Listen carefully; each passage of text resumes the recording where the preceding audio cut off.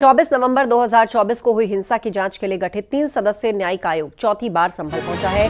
PWD guest house में team पहुंची है और यहां टीम में डीएम, एसडीएम समेत अधिकारियों के बयान भी दर्ज किए जाएंगे। यहां टीम में शामिल अधिकारी हिंसा से जुड़े हुए लोगों के बयान दर्ज करेंगे। पिछली बार आयोग 30 जनवरी को संभल आया था और आज सुबह 10 बजे से शाम 4 बजे तक बयान दर्ज किए, जिसमें सीएमओ डॉक्टर तरुण पाठक, हिंसा में घायल डिप्टी कलेक्टर रमेश बाबू, अपर पुलिस अधीक्षक और प्रभारी निरीक्षक नखासा शामिल थे। साथ ही पोस्टमार्टम करने वाले चिकित्सकों, सपा विधायक इकबाल महमूद और जामा मस्जिद इंतजामिया कमेटी के सदर एडवोकेट जफर अली के भी बयान दर्ज किए गए। इससे पहले आयोग ने 1 दिसंबर को हिंसा प्रभावित क्षेत्र का दौरा किया था। फिर 21 जनवरी को दूसरी बार आकर 51 लोगों के बयान दर्ज किए थे।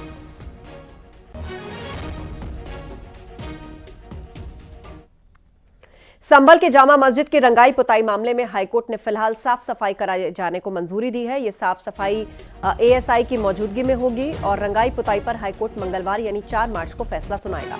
आपको बता दें, आज एएसआई ने कोर्ट में रिपोर्ट पेश की थी। कोर्ट ने हिंदू पक्ष को भी 4 मार्च को हलफनामा दाखिल करने को कहा है। मुस्लिम पक्ष ने मस्जिद में रंगाई पुताई की मांग की थी।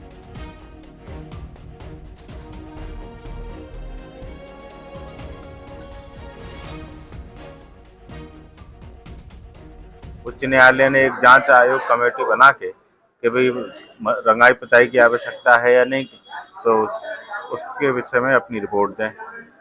तो वो सर्वे हो गया है और एएसआई ने अपनी रिपोर्ट माननीय न्यायालय में दे देंगे।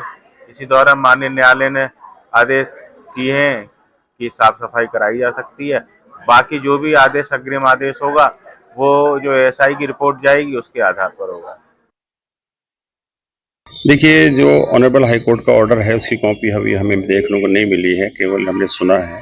ऑनरेबल हाई कोर्ट के ऑर्डर की जो कॉपी आएगी उसका जो ससंबंध पालन किया जाएगा। क्या अग्रिम कार्यवाही इसमें रहनी है? ये हाई कोर्ट के वकील साहब से हम बात करेंगे, उसके बाद में हम इसका नेक्स्ट स्टेप क्या होता है।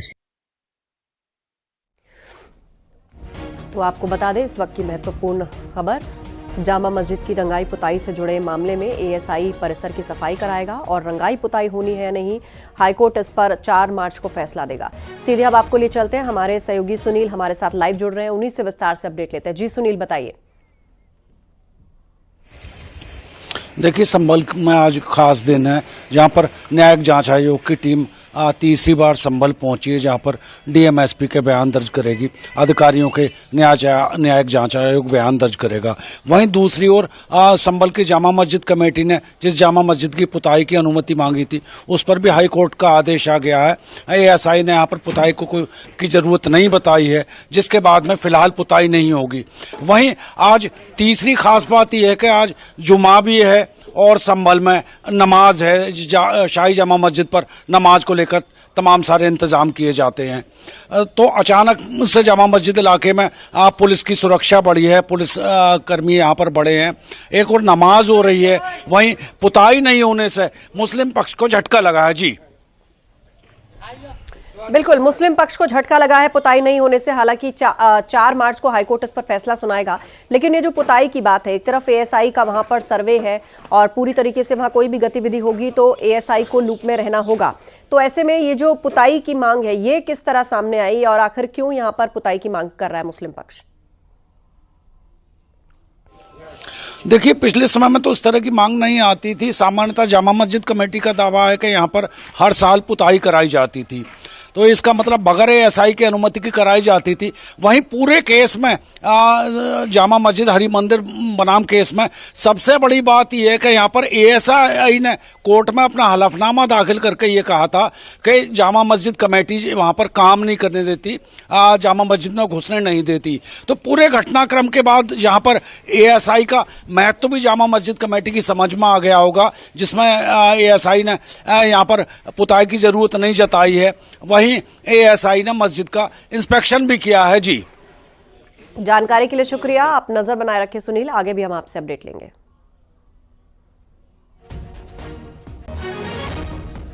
महाकुंभ में न जाने पर पूर्व सांसद सुब्रत पाठक ने राहुल प्रियंका गांधी पर हमला किया और कहा, राम मंदिर का विरोध किया गया, कांग्रेस को 1 वोट बैंक का लालच है। राहुल गांधी का सनातन से लेना देना नहीं है, सिर्फ मंदिर जाने से कोई हिंदू नहीं होता। में न जाना, राम मंदिर का विरोध करना और उसके बाद में फिर कुंभ के लिए अनर्गल बातें करना और आखिर में उस कुंभ में ना जाना क्या दर्शाता है? तो निश्चित रूप से कि एक वोट के लालच में ये कितना नीचे गिर सकते हैं। और फिर उद्धव ठाकरे के लिए तो क्या ही कहें, जो व्यक्ति अपने बाप को भूल गया हो, बाला साहब ठाकरे का रसूख को भूल गया हो, उनके हिंदुत्व के प्रति उनकी त्याग और तपस्या को भूल गया हो, उसके लिए क्या ही कहा जा सकता है।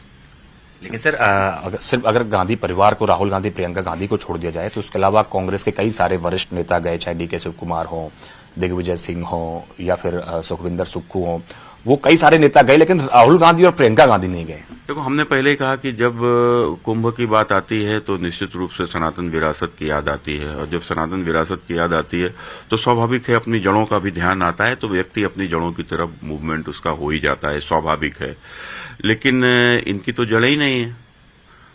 राहुल गांधी तो सनातन से इनका कोई लेना देना नहीं है भाई। जिनके बाबा हिंदू धर्म के नहीं रहे, उसके बाद में जिनके माता भी हिंदू नहीं रही, और तो वो कहाँ से हिंदू हो सकते हैं? तो कोई कोट के ऊपर जनेऊ पहन के कोई हिंदू थोड़े ना हो जाता है, ना केवल मंदिर चले जाने से कोई हिंदू हो जाता है।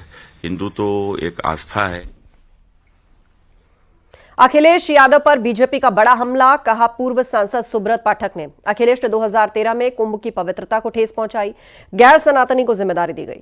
पवित्रता को ठेस पहुंचाने का काम तो अखिलेश यादव ने सन 2013 कुंभ में किया था, जब एक गैर सनातनी आजम खान को वहां का मेला का प्रभारी बना दिया था। और इतना ही नहीं, प्रभारी उसको बनाया जिसकी आस्था ही नहीं, ना हमारे धर्म से जिसकी आस्था, ना हमारी परंपराओं से जिसकी आस्था, जो खुद कुंभ में डुबकी लगाने नहीं गया। यही कारण था, कितनी वहां के ऊपर अव्यवस्था थी, कितना गंदा पानी था कि मॉरिशस के राष्ट्रपति आए और उन्होंने नहाने से मना कर दिया। इससे बड़ा कोई अपमान नहीं हो सकता था। ये अखिलेश यादव ने किया था। गांधी परिवार के महाकुंभ में न आने पर कांग्रेस विधायक आराधना मिश्रा ने प्रतिक्रिया दी और कहा, बहुत सारे लोग हैं जो सनातन धर्म में विश्वास रखते हैं लेकिन कुंभ नहीं आए।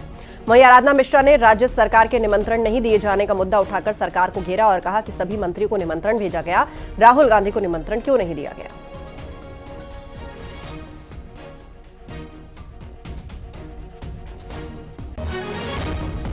आई थी तब तो ये सवाल किसी ने पूछा नहीं था। आज ये सवाल विपक्ष क्यों उठा रहा है? देखिए, ये आस्था का विषय है। बहुत सारे लोग क्या हिंदुस्तान में या दुनिया में जो सनातन धर्म में विश्वास रखते हैं, क्या वो सारे लोग आकर के कुंभ में डुबकी लगा चुके हैं? आपने होर्डिंग पोस्टर लगाए जिसमें लिखा है कि कुंभ चलो। आपने मंत्रियों को हर राज्य में भेजा कि आमंत्रित करने के लिए, और लोग आए भी। हर राज्य से उनके मुखिया आए, बहुत सारे राजनीतिक व्यक्ति है। पर क्या राहुल गांधी जो लोकसभा में नेता प्रतिपक्ष हैं, क्या उनको एक आमंत्रण नहीं भेजा जाना चाहिए था?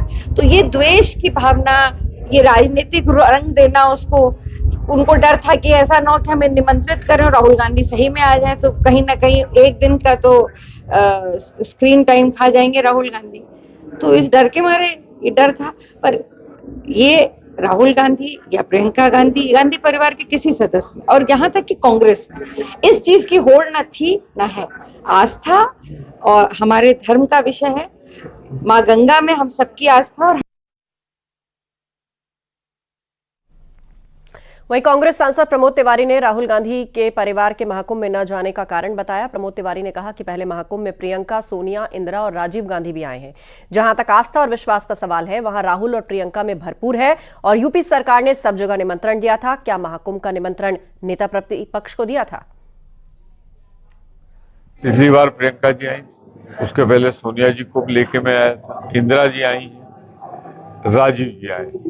इस बार क्या उत्तर प्रदेश सरकार ने सब जगह निमंत्रण दिया था? क्या नेता प्रतिपक्ष को दिया?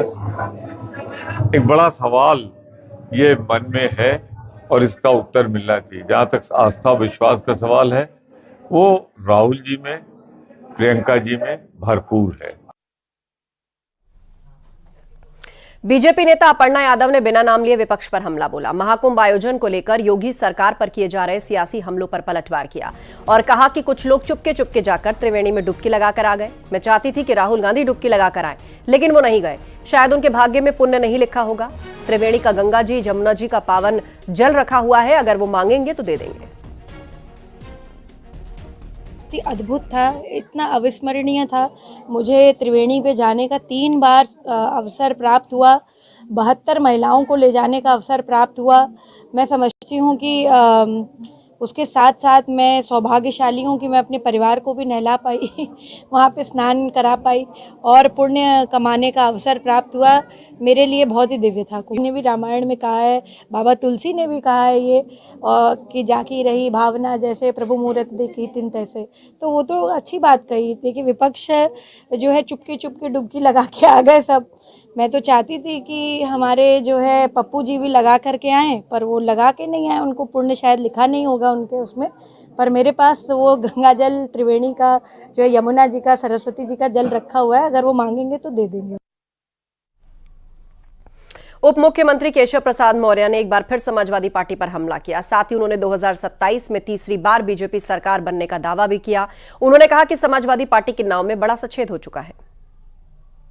भाजपा सरकार 2017 की तरह बड़े बहुमत से बनने जा रही है। समाजवादी पार्टी का भविष्य अंधकारमय है, उसकी नाव में बड़ा सछेद है। उसमें जो बैठे हैं अभी भी उतर उतर के भागने की तैयारी में कि डूबने वाली है। समाजवादी पार्टी समाप्तवादी पार्टी बनी।